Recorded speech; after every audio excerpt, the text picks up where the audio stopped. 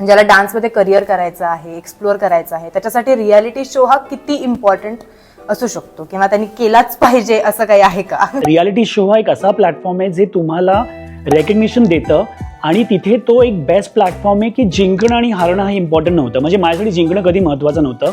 माझ्यासाठी महत्त्वाचं होतं की प्रत्येक परफॉर्मन्स हा लोकांपर्यंत पोचला पाहिजे माझा आणि लोकांनी म्हटलं पाहिजे की अरे यार हा शो जिंकला पाहिजे.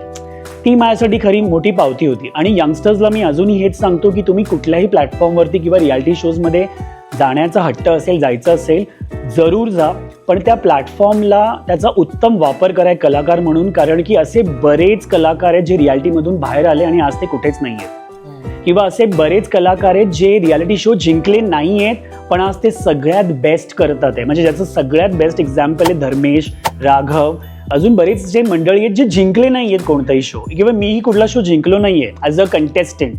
कारण मला वाटतं की मोर देन विनिंग मला नेहमी असं वाटायचं की लेट्स क्रिएट अन हिस्ट्री. कारण की इतिहास लक्षात राहतो. सी जिंकणं हे वेगळी मुद्दा आहे पण इतिहास जास्त लक्षात राहतो. म्हणजे तुम्हाला इतिहास रचता आला पाहिजे.